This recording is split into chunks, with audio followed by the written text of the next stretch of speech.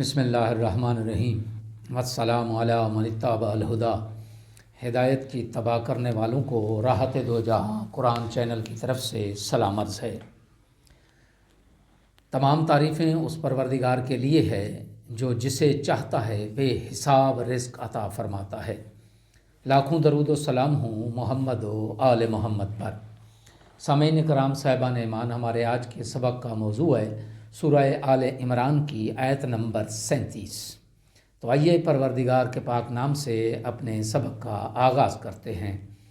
بسم اللہ الرحمن الرحیم۔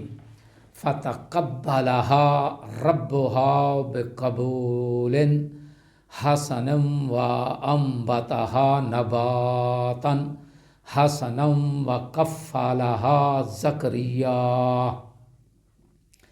کلما دخل علیها زکریا المحراب وجد عندها رزقا قال یا مریم ان لک ھذا قالت هو من عند اللہ ان اللہ یرزق من یشاء بغیر حساب۔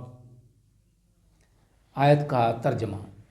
چنانچہ اس کے رب نے اس کی نظر یعنی لڑکی کو بوجہ احسن قبول فرمایا اور اس کی بہترین نشو و نما کا اہتمام کیا اور زکریا کو اس کا سرپرست بنا دیا۔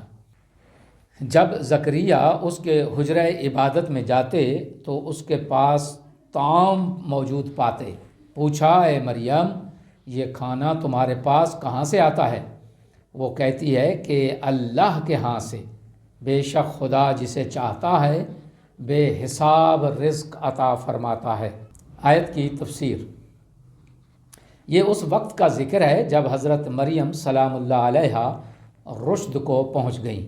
لڑکی ہونے کی وجہ سے حسب نظر ہیکل کی خادمہ تو نہ بن سکیں، البتہ عبادات اور اعتکاف کے لیے عبادت گاہ یعنی ہیکل میں داخل کر دی گئیں۔ سیاق سے یہ معلوم ہوتا ہے کہ حضرت مریم سلام اللہ علیہا کے والد حضرت عمران اس وقت زندہ نہ تھے، اس لیے حضرت مریم سلام اللہ علیہا کی کفالت ایک مسئلہ بن گئی تھی، کیونکہ ہیکل کے مجاوروں میں سے ہر شخص ان کا کفیل بننے کی خواہش رکھتا تھا۔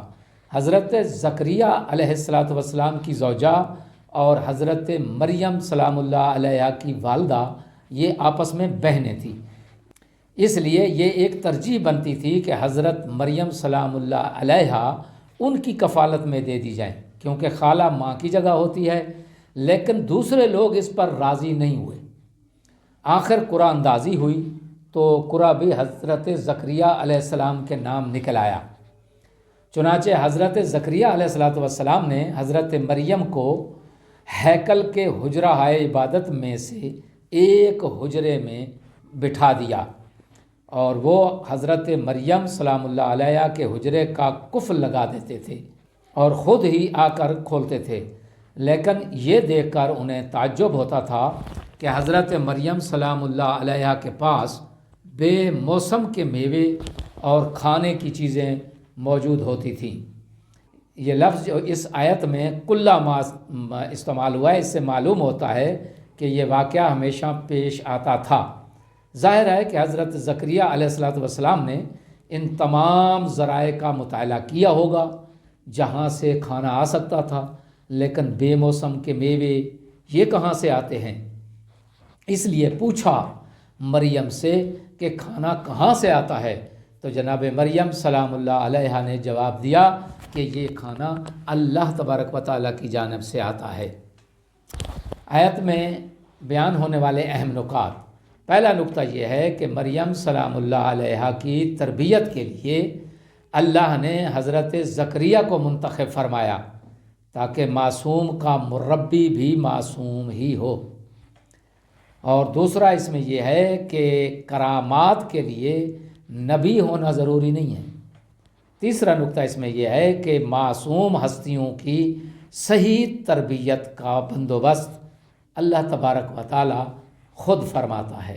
آخر میں دعا ہے کہ خداوند قدوس اپنی کتاب مقدس کو پڑھنے، سمجھنے اور اس پر عمل کرنے کی ہمیں توفیق عطا فرمائے۔ وآخر دعوانا ان الحمد للہ رب العالمین۔